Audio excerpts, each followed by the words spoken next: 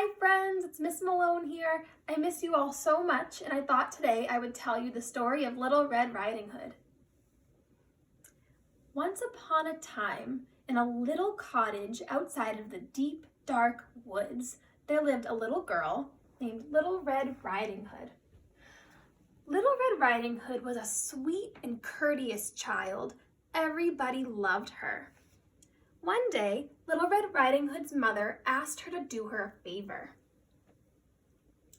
Little Red Riding Hood, Granny isn't feeling well today, so I made her favorite soup to make her feel better. Would you please do me a favor and bring it to her for me?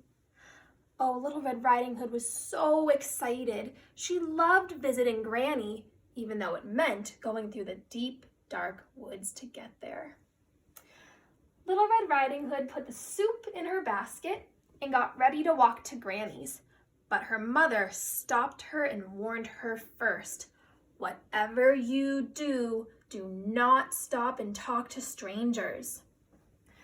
Little Red Riding Hood said, "Okay, Mom," and got ready to walk to Granny's. As Little Red Riding Hood started her walk, she found herself quickly in the deepest, darkest parts of the woods. "Oh, this is scary," said Little Red Riding Hood. Suddenly, out from behind a tree jumped a large wolf. "Why, hello, little girl," said the wolf. "Care to stop and chat for a minute?" said the wolf. Little Red Riding Hood tried to remember what her mom told her about stopping to talk to strangers. Oh, but the wolf was just so polite, she had to talk to him. "What's a sweet little girl doing out here alone in the woods?" "Oh, well, my Granny isn't feeling well, and she lives in a little yellow cottage outside of the woods. I'm bringing her favorite soup to make her feel better," said Little Red Riding Hood. This gave the wolf a delightful idea. Why not eat the little girl and her grandmother? "Why, please let me escort you so you don't walk through the woods alone. You never know what danger is lurking about," said the wolf.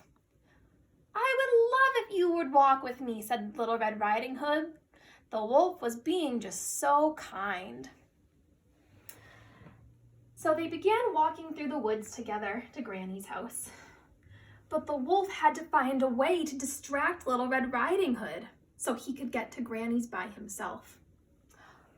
Suddenly, as they kept walking, the wolf noticed a garden full of wild sunflowers. "Well, little girl, don't you know that Grannies love sunflowers? How about you go and pick her a bouquet? It'll make her feel better," said the wolf. As Little Red Riding Hood turned and walked away to go pick the sunflowers, the wolf ran ahead over to Granny's house by himself. Uh-oh.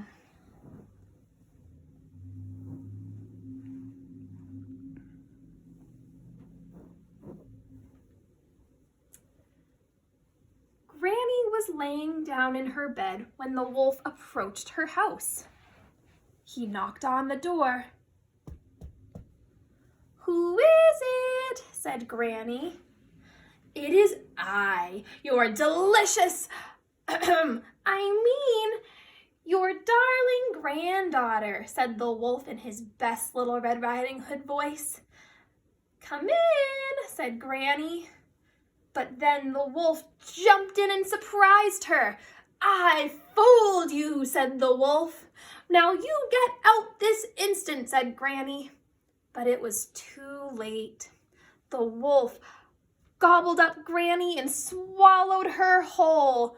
Delicious," said the wolf. Right then, though, he heard Little Red Riding Hood's footsteps approaching Granny's house. So he quickly threw on Granny's glasses, her hat, and her blanket and got under the covers. Little Red Riding Hood knocked on the door. "Who is said the wolf in his best, sweetest Granny voice. "It's me, Granny, your sweet, darling granddaughter, Little Red Riding Hood." "Come in," said the wolf. Little Red Riding Hood was so distressed, looking at how different her Granny looked. "Why, Granny, what big eyes you have! The better to see you with, my dear."